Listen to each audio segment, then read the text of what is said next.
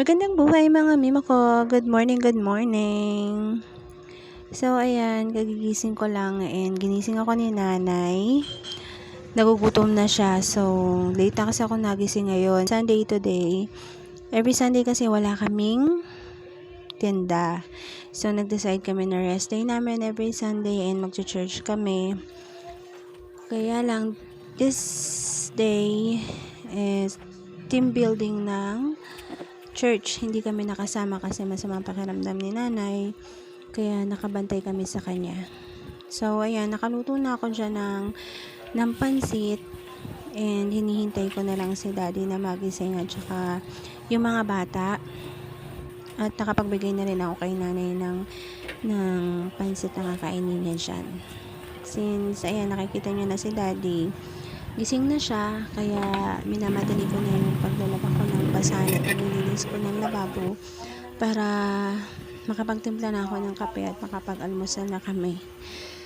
Ayan. So, today, ang plan namin is maglinis. Maglilinis ako ng bahay. Syempre sa baba lang muna.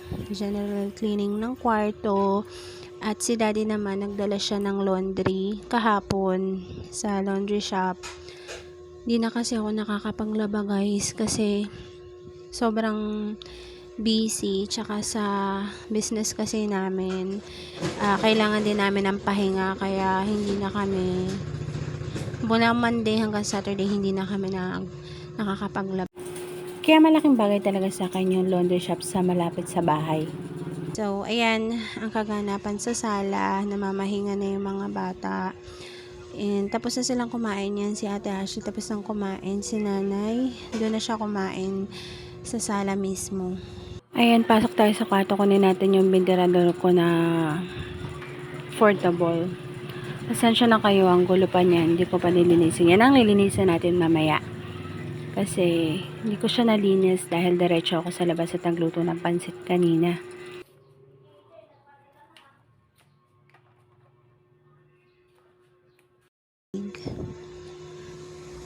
Magbe-breakfast na kami ni daddy.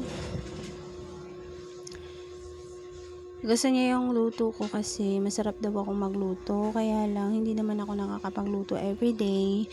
Palagi kasi siya nagluluto kasi yun nga, ako kasi nagtitinda lagi. So, ayan, tapos na kami kumain. Pagkain ko na, nakaalis na rin si daddy niyan.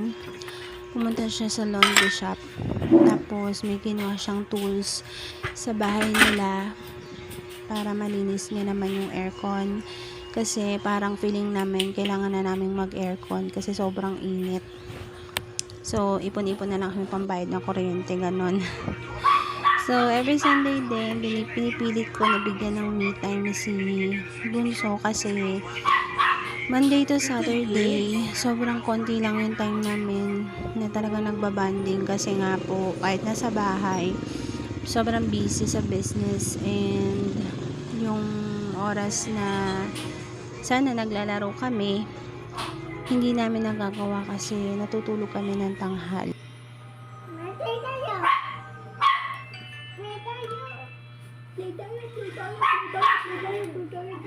Tapos pagkagising naman namin, bihis na, then bukas na kami 4 p.m. and then magka-close kami ng 7 to 8 p.m. Depende sa dami ng tao. And then magsasara ulit at lilinisin si Aliyah. Pag medyo may energy pa, ayun, nakakapaglaro kami. Pero pag wala na, pagkatapos maglinis, maghihiga na kami. Ganun na lang ang routine namin everyday.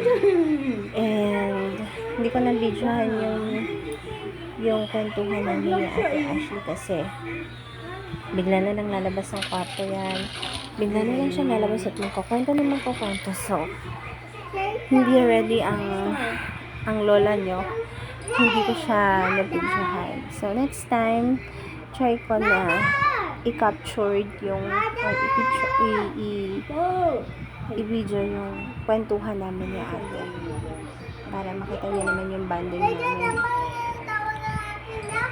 So after ng time ni Bunso, plan ko na maglinis ng kwarto muna yung unahin ko kasi nandito pa sila ni nanay sa sala. Ayoko naman silang paalisin dito no, nanonood pa sila ng TV. So para medyo mahaba pa yung time nila, maglilinis muna ako ng kwarto after kong laruin si Aliyah. Ano, kain tayo. Ayoko na nga magsalamin. Tara, let's eat.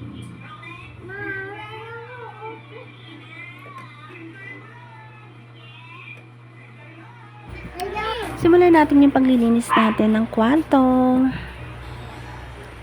So, pasensya na kayo. Linisan natin. Ito talaga yung actual na itsura ng kwarto namin. Literal, pagkagising. Lalo na pag sobrang likot ng mga kasama ko matulog.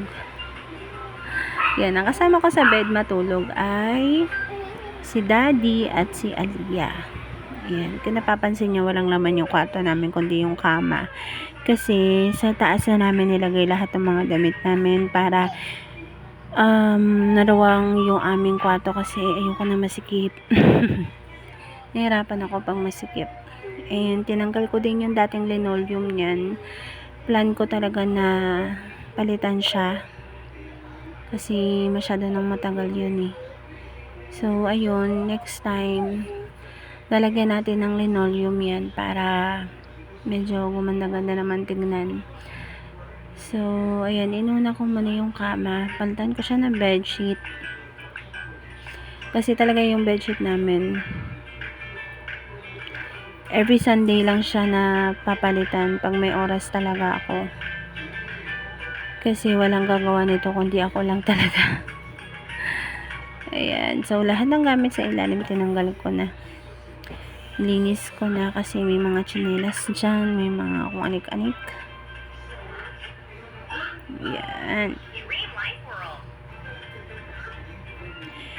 Sa kwarto namin, meron kaming sariling CR. Kasi hinati yung bahay namin. So, nawalan kami ng common CR. At nawalan din kami ng kusina. So, ang nangyari ngayon, ang CR lang namin ay yung CR sa kwarto.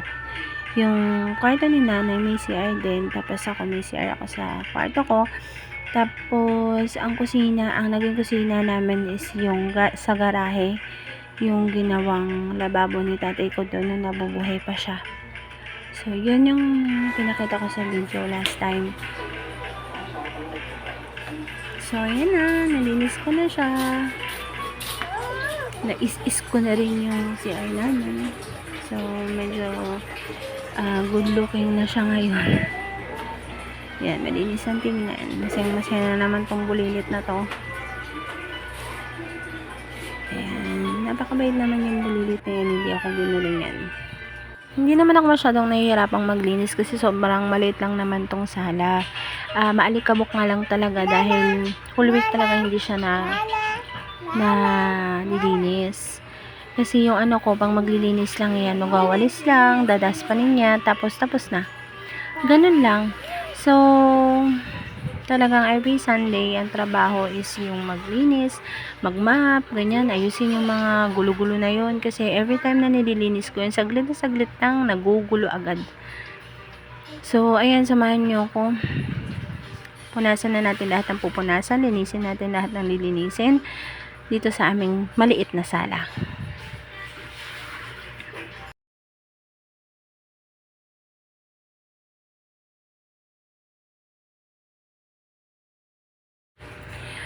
Habang naglilinis nga pala ako guys, yung asawa ko naman nasa labas, nasa garahe na siya, dumating na siya galing sa laundry shop. And ang ginagawa niya ngayon ay nililinis niya yung dalawang aircon, yung aircon sa kwarto namin at saka yung aircon sa kwarto ni nanay. Kasi feeling talaga namin lalo pang iinit para sa susunod na mga araw. And ayun nga, may mga bali-balita na mas mainit na susunod na buwan. Kaya ingat kayo guys, okay? Lagi kayong uminom ng tubig at huwag kayong magstay sa initan ng araw. Okay din na mag-swimming, kaya lang mas okay na magstay na lang kayo sa bahay siguro, lalo na kung may dinaramdam kayo. Kasi nga, mas risky ngayon kasi iba yung init ng araw. So ayan, malapit na rin naman ako matapos maglinis dyan sa sala. So gagawin ko na lang ay i-arrange ko tong mga aklat-aklat ng anak ko. Hi guys, kahit na talaga lagi kong ayusin to, lagi kong inaayos, lagi talaga nagugulo kasi pag kumuha hindi binabalik, ganun. Tapos nandyan din kasi yung mga lotion, yung mga pabango, yung deodorant, ayan, pag kinuha nila hindi nila binabalik. So ayun, kailangan mo talaga siyang iayos. At saka hindi naman siya magiging good looking kung hindi mo naman ma-maintain yung mga gamit, 'di ba? So ayun, naiintindihan ako ng mga kapwa ko nanay, I'm sure. So ayan, naayos ko na yon, kaya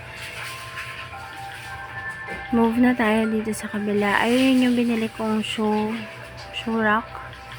Ayan, dyan ko nilagay malapit sa pinto para yung mga sapatos din na mailagay. And may aso nga pala kami guys, si Blue. Ayun, nandun siya sa may kulungan niya. Ginawa ng asawa ko yung kulungan na yun. Ang ganda niya. Sa susunod, papakita ko yun sa inyo. Ayan, dyan matatapos na ako. Konting ayos-ayos na lang. Tsaka map. Tatapos ko na rin lahat dyan. Andito na ako sa pinakamahirap na part ng buhay ko. Ang pagmamap. Ayan, imamap ko na yung buong sala. Ayan.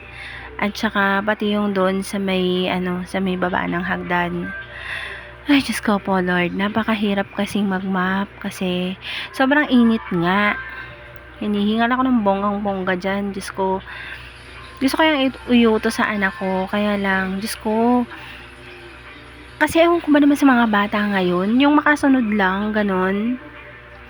Hindi nila inaayos yung yung paggawa nila. Kaya para ma-satisfy ako na lang gagawa mag-isa. Ganun, ewan ko ba na kung sino makaka-relate sa akin, pero mas gusto ko talaga na ako na lang ang gagawa kaysa iutos ko pa. Ganon. Pambeba ko dito, sorry guys. So ayan, medyo okay naman ang tingnan. Ay, so ayun, meron pa akong laundry basket dyan. Ipapa-laundry ko pa yan mamaya. So ayun yung mga laundry na kukunin ko yan, nalagay ko dito kasi nga doon lang tinambak ni daddy sa may ibabaw ng washing.